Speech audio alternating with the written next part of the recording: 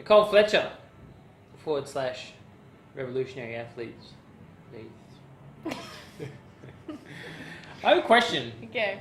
So you're probably not aware that I posted a boomerang of you up on that whiteboard, doing our little squiggles, having a chat yesterday. Yep. And we got a couple of questions. Yep. First one, pretty interesting. An Arab benefactor, this is off Generation 9 2, I don't actually remember this part, said he'd never sponsor a Kuwait bodybuilder as they aren't genetically predisposed to bodybuilding. And a partner mentioned that Hidetashi, the Asian bodybuilder, would never win because he's Asian. So is there a link between ethnicity and being predisposed to a certain exercise or sport?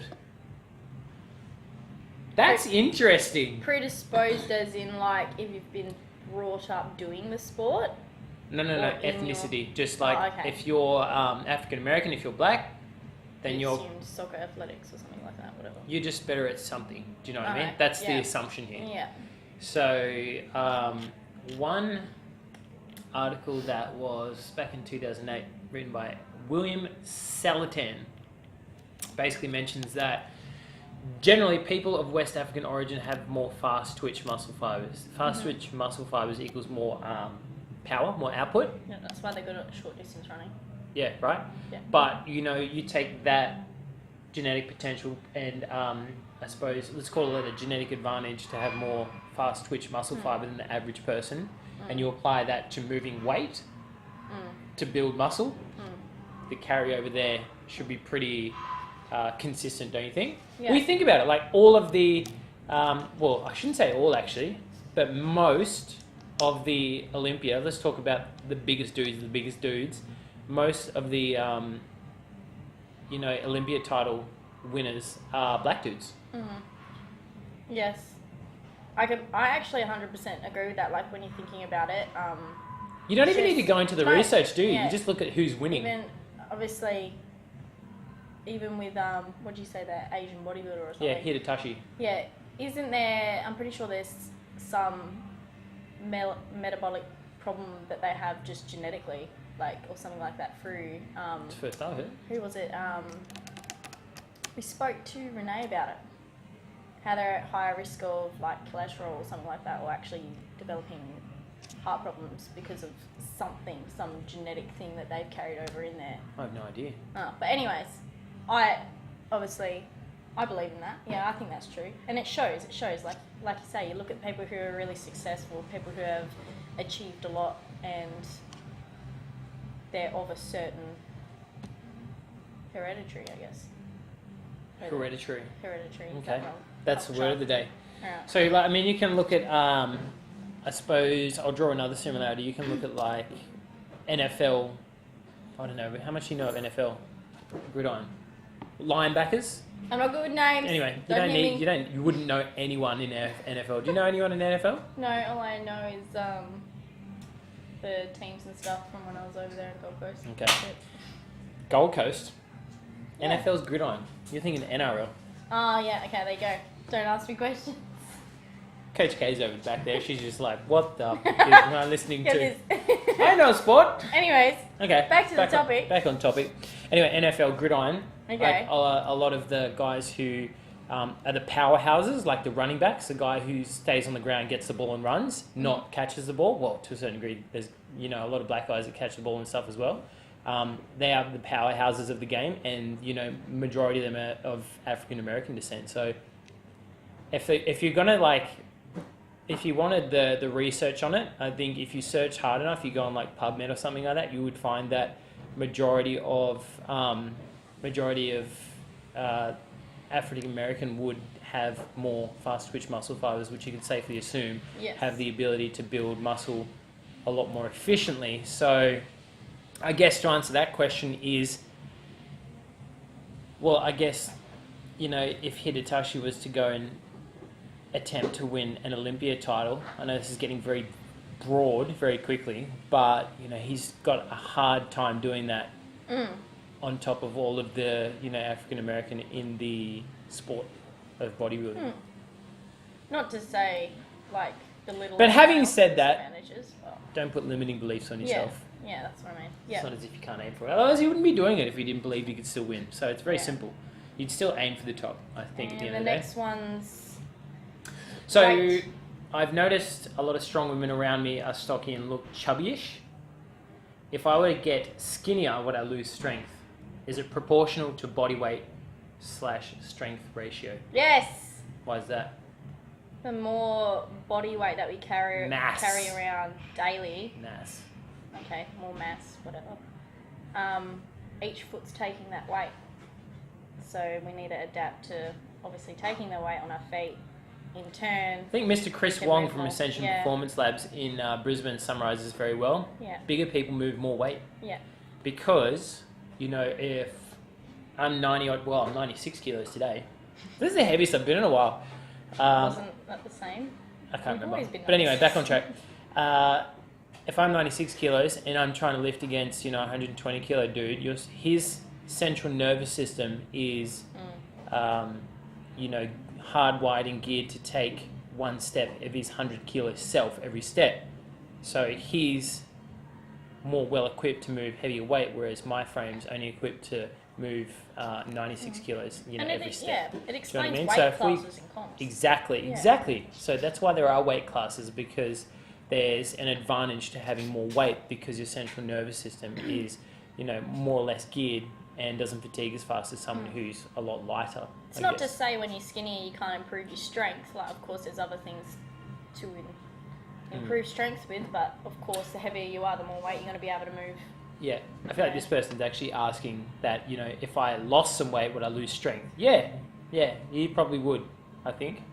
You'd lose nothing considerable if you were doing a disciplined strength training program. If you went and did like a hell of a lot of running, you'd lose a lot of strength. Yeah, I think The difference is in the training style. Second question, body dysmorphia and weight loss. When do negative thought patterns about how we perceive, how we look, become detrimental to health and fitness, and how is it best addressed? What is body dysmorphia? So pretty much you look at yourself in a certain way and how you think you appear isn't actually how you appear. So you think you're fat but you're not. You're never happy with how you look. Negative thought patterns and how it becomes detrimental to your health and fitness. Yeah, well, if you think about it, when you got body dysmorphia, you are thinking negatively. So that's going to put a lot of stress on yourself from having body dysmorphia because you don't think you're getting the weight you want to get. So that's going to produce a lot of negative hormones and already start affecting the health side of things towards your health and fitness goals. People don't understand how much stress actually plays a role. There is a reason why just about every health professional is telling you to stress less. It's because it fucking matters. I swear because I'm passionate. They know that. Okay. So, if you're, not seeing the results that you want and you're eating really well, it's worthwhile addressing your stress. It's worthwhile addressing your stress, and your sleep comes under that as well, because your sleep can regulate your stress and vice versa. Negative thoughts, stress, huge impact on your health and fitness. Really detrimental. Yeah. I feel like almost, that almost ties into someone who perhaps isn't measuring or tracking their progress with their weight loss goal. Or weight loss journey, I should say, because if they're doing measurements, if they're, more or less tracking the scale every so often at the right sort of times, and if they're doing photos, they'll see progress. But to be fair, even taking photos, some people don't look for progress in photos. They just look at them for the sake of looking at them. And that's probably where this is sort of tying into, because I've had a lot of people that will show me photos. I'm like, I don't see any difference, and I can see it there. I can see it's like black and white. I'm like, oh, well, your muffin top's coming a little bit, like your tummy's coming a little bit, your shoulders aren't hanging as much, you've got more definition across your back. Yeah. I can see that really quickly. I have noticed with a lot of clients, they don't know how to properly assess progress images. Yeah. So it's just about teaching them how to. Of fair course, enough. unless Same with anything, really, isn't it? Yeah. Yeah, that's a good point. And how is this best addressed? Tracking progress. Yeah, Isn't track it? progress. All you can really do is just, like Rev said, stress less, try and be positive about what you're doing and just enjoy it, and then get your results, and then if there's nothing moving, then make it a How problem. would someone enjoy their weight loss journey? do things that you like Like in it. Like don't exercises. don't do train like if you're just starting out and you struggle with it in general. Yeah. I'd never give a client. I'm like, okay, here's your program. Is there any exercise in there you really don't like? Even though you should preach the stuff you don't like because you think it's challenging or whatever. Yeah. Yes, there's that distinction there, but don't force someone into doing something continuously that they really don't enjoy. Otherwise they're like, oh, I've got to go into the gym today and I've got to, I don't know, do this giant set I really don't like because it's got this in it as well. Whereas you could throw in something else there and they could smash it, and feel positive for the start anyways, and then start challenging. Yeah. But I guess that line as health coaches is if we want to prescribe a exercise and we know it's going to get them faster results and they don't enjoy it, then I'd probably give it to them regardless. Yeah, there's a fine line. Yeah, and explain and go from there. But I understand exactly what you're saying, and tracking progress, really, that's how you kind of address it. And Surrounding yourself I with the right suppose, people. definitely. Surrounding and changing your social circles, if possible, with people who are on the same journey or, who just want to see, obviously, succeed with what you're doing and stuff like that as well. But enjoying your journey, I think, as well, comes from, latching on to perhaps training styles and things that you enjoy about exercise, which comes off the back of yours. So a lot of my people enjoy running. Some of them enjoy lifting weights and getting PB. Some of them enjoy just feeling smashed after a workout, and they chase those things. Yeah. Do you know what I mean? I encourage them to chase those things. I encourage you to chase those things to enjoy your journey, and get away from being so, I suppose, critical of your own physique, which can lead to body dysmorphia and stuff like that. So Yeah. Off the back of this one as well, just quickly, fasting. Why does it work so well? How did this question arise? That's off the back of this one. Why does fasting work so well? Give a brief overview. So, you know what? I'll keep it simple. Fasting. Mm-hmm. We fast to improve our insulin sensitivity. Yeah, improves ketone production. Yep, ketones are Hey? what? Ketones, so then you can burn more fat, so they're produced in the blood. So Yep. then your body will keep burning more fat. Improves longevity, improves DNA structure, improves gut health, decreases stress. I could go on. Decreases inflammation, improves recovery. Mm-hmm. I could go on. The only thing with the fasting side of things that I don't really agree with is doing it every day indefinitely. Oh yeah. Do you know what I mean? Because Definitely. I think about this is what I think about. There's plenty of studies and plenty of research out there. Protein being the number one macronutrient that we want to be eating and consuming and absorbing. We can only absorb X amount in one time. Mm-hmm. If you've only got the smallest window to eat every single day, good luck getting your protein intake. Do you know what I mean? Even if you're eating it, doesn't mean you're absorbing it. Let alone everything else that's in your gut trying to be broken down as well. What do you think? Yeah, when you're talking about that's different though. That's not fasting, that's time restricted eating. So you're saying like if people eat within... Oh, okay, well honestly, call it what you want, but Different. here's this window you can eat, and either side of it is fasting. Yeah, but let's say you're fasting Like for IF, 18 intermittent hours. fasting. Intermittent fasting. Fasting for 18 hours, and then if you want to eat after that, you can eat after that. Trust me, after they've done those 18 hours, if they're doing it over the course of sleeping, Yep. they wake up, that's plenty of time for them to get enough nutrients in and still absorb it. Do you get what I mean? Yeah. Unless they're doing time restricted eating after.